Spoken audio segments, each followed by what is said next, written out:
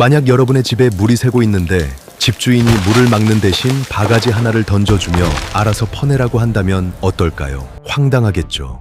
그런데 지금 대한민국이라는 거대한 집에서 바로 그런 일이 벌어지고 있다면 믿으시겠습니까? 우리는 이것을 금융제도라고 부르며 매달 꼬박꼬박 돈을 내고 있습니다. 2025년 12월 국민연금 고갈 시계는 더 빨라졌고 국가는 은근슬쩍 여러분의 손에 절세라는 이름의 바가지를 쥐어주었습니다. ISA, IRP, 연금저축 들어는 보셨죠? 은행 창구 직원이 좋은 상품이라며 권하던 그 계좌들입니다. 그런데 정말 여러분 좋으라고 만든 걸까요? 아니면 국가가 도망갈 구멍을 파놓은 걸까요? 하지만 역설적이게도 이 바가지가 이제는 물을 막을 유일한 방패가 되었습니다. 시스템이 우리에게 떠넘긴 책임을 역이용해 세금이라는 맹수로부터 내 자산을 지키는 법. 오늘 눈높이 경제 시선에서는 금융기득권이 복잡한 약관 뒤에 숨겨둔 부의 사다리를 훔쳐보려 합니다. 준비되셨다면 지금 바로 시작합니다. 생각해 보십시오. 세금 걷기에 혈안이 된 정부가 왜 ISA나 연금 계좌에는 비과세니 세액공제니 하며 혜택을 퍼부을까요? 갑자기 국민을 사랑하게 되어서일까요? 천만의 말씀입니다. 이건 일종의 면피성 뇌물입니다. 나중에 우리가 너희를 책임지지 못할 테니 지금 깎아주는 세금으로 알아서 살아남으라는 무언의 압박인 것이죠. 자본주의 게임에서 공짜 점심은 없습니다. 정부가 세금을 깎아준다는 건 그만큼의 리스크를 개인에게 전가한다는 뜻입니다. 2025년 현재 우리는 국가가 보장하는 복지의 우산 밖으로 밀려나고 있습니다. 하지만 비관만 하고 있을 순 없죠. 그들이 던져준 이 면피용 도구가 성능이 꽤 좋기 때문입니다. 우린 이걸 철저히 이용해야 합니다. 금융 문맹들은 이 계좌들을 그저 돈이 묶이는 답답한 통장이라고 생각합니다. 만기까지 기다려야 하고 중도 해지하면 페널티를 무니까요. 하지만 부자들은 이걸 시간을 사는 금고로 봅니다.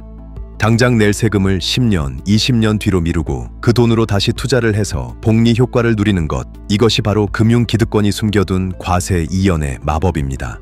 자, 그럼 이제 구체적으로 이 무기들을 어떻게 써야 할지 살펴볼까요? 연금저축, IRP, ISA. 이름도 헷갈리는 이 삼총사는 각각 용도가 다릅니다. 마치 게임 속 아이템처럼 말이죠. 어떤 건 공격력을 올려주고 어떤 건 방어력을 올려줍니다. 당신의 나이와 재산 상황에 따라 이 아이템의 조합법이 완전히 달라져야 한다는 사실 알고 계셨나요? 먼저 연금저축입니다. 직장인들이 연말정산 때 13월에 월급을 받기 위해 가장 많이 가입하죠. 1년에 최대 600만 원까지 납입하면 세금을 최대 16.5% 돌려줍니다. 600만 원 넣으면 99만 원을 현금으로 꽂아주는 겁니다. 수익률 16.5%짜리 확정 상품이 세상에 어디 있습니까? 워렌 버핏도 울고 갈 수익률이죠. 하지만 여기서 함정이 있습니다. 대부분의 사람들은 이 환급받은 돈을 공돈이라 생각하고 홀라당 써버립니다. 치킨 사 먹고 옷 사 입죠. 바로 그 지점이 시스템이 노리는 허점입니다. 이 99만 원을 다시 재투자하지 않는다면 당신은 연금저축의 진정한 파워인 복리 효과를 스스로 걷어차는 꼴이 됩니다. 그 돈은 쓸 돈이 아니라 굴릴 돈입니다. 게다가 연금저축은 55세 이후에 연금으로 받을 때 연금소득세 3.3%에서 5.5%만 떼갑니다. 지금 낼 세금 16.5%를 안 내고 나중에 늙어서 힘없을 때 3%만 낸다? 이건 국가가 대놓고 젊을 때 소비를 줄여라라고 시그널을 보내는 겁니다. 그런데도 아직 은행 창구 직원이 추천하는 이상한 보험 상품에 가입해서 사업비만 떼이고 계십니까? 증권사 계좌를 트십시오. 그리고 ITF를 직접 사십시오. 미국 S&P 500이나 나스닥 같은 시장 지수에 투자하는 겁니다. 왜냐고요? 한국 시장은 박스권에 갇혀 있지만 자본주의의 심장은 미국에서 뛰고 있으니까요. 연금저축 계좌 안에서 해외 주식 ITF를 사면 매매 차익에 대한 세금도 나중으로 미뤄줍니다. 이것이 바로 과세 이연의 핵폭탄급 위력입니다. 다음은 IRP, 개인형 퇴직연금입니다. 연금저축보다 한도도 900만 원으로 더 크고 혜택도 강력합니다. 하지만 여기엔 더 강력한 족쇄가 채워져 있습니다. 안전자산 30% 의무 보유 룰이죠. 주식형 자산에 몰빵하고 싶어도 강제로 30%는 예금이나 채권 같은 안전한 곳에 둬야 합니다. 왜일까요? 당신이 투자에 실패해서 노후에 빈털터리가 될까봐 국가가 강제로 브레이크를 건 겁니다. 게다가 IRP는 중간에 돈을 빼기가 정말 어렵습니다. 법에서 정한 특별한 사유가 아니면 해지하는 순간 그동안 받은 세금 혜택을 16.5%의 기타 소득세로 다 토해내야 합니다. 말 그대로 약속의 감옥인 셈이죠. 하지만 저는 오히려 이 강제성이 마음에 듭니다. 인간은 나약하거든요. 급전 필요하다고 헐어쓰는 걸 원천 봉쇄해주니 강제로 부자가 되게 만드는 시스템인 거죠. 또 하나 주의할 점, IRP는 계좌 관리 수수료가 있을 수 있습니다. 증권사마다 다르지만 매년 내 자산의 일정 비율을 떼가는 곳이 있죠. 고작 0.2%라고 웃어넘기지 마십시오. 복리로 20년이 쌓이면 그 돈으로 소형차 한 대를 뽑습니다. 요즘은 수수료 무료인 곳들이 많으니 발품 팔아서라도 반드시 수수료 없는 곳으로 갈아타야 합니다. 그게 금융지능입니다. 그래서 전략은 이렇습니다. 연금저축 600만 원 한도를 먼저 채우고 여유가 있다면 IRP에 추가로 300만 원을 넣어 총 900만 원 세액공제를 꽉 채우는 겁니다. 이게 바로 연말정산의 정석입니다. 만약 당신이 55세까지 이 돈을 묶어둘 자신이 없다면 애초에 IRP는 쳐다보지도 마십시오. 어설프게 시작했다가 해지하면 세금 폭탄만 맞고 끝납니다. 마지막으로 ISA, 개인종합자산관리계좌입니다.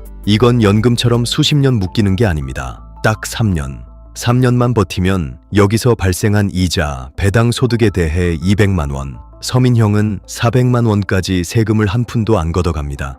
초과 수익도 고작 9.9%만 떼죠. 일반 계좌에서 15.4% 떼가는 거랑 비교하면 이건 금융권의 면세점이나 다름없습니다. ISA의 진정한 활용법은 풍차 돌리기입니다. 3년 만기를 채우면 그 돈을 연금저축으로 옮길 수 있습니다. 이때 옮긴 금액의 10%, 최대 300만 원까지 또 세액공제를 해줍니다. 3년마다 목돈을 만들고 연금으로 넘겨서 세금 환급 또 받고 다시 새 ISA를 만들고 이렇게 자산을 눈덩이처럼 굴리는 겁니다. 2030 세대라면 이 사이클을 반드시 익혀야 합니다. 연령별로 정리해 드리겠습니다. 20, 30대 사회초년생은 결혼자금, 주택자금이 필요하죠? 돈이 묶이는 연금저축보단 3년 만기인 ISA에 집중하십시오. 공격적인 투자가 가능한 유일한 시기입니다. 반면 40, 50대는 다릅니다. 이제 은퇴가 코앞이죠. 세금 혜택을 최대로 뽑아먹어야 합니다. 연금저축, IRP 한도 꽉 채우고 ISA 만기 자금도 연금으로 넘기세요. 기억하십시오. 이 모든 전략의 핵심은 국가가 가져갈 돈을 내 주머니에 남기는 것입니다. 15.4%의 이자 소득세, 16.5%의 세액공제. 이 숫자들은 단순한 숫자가 아니라 여러분이 시스템으로부터 뺏어올 수 있는 수익률입니다.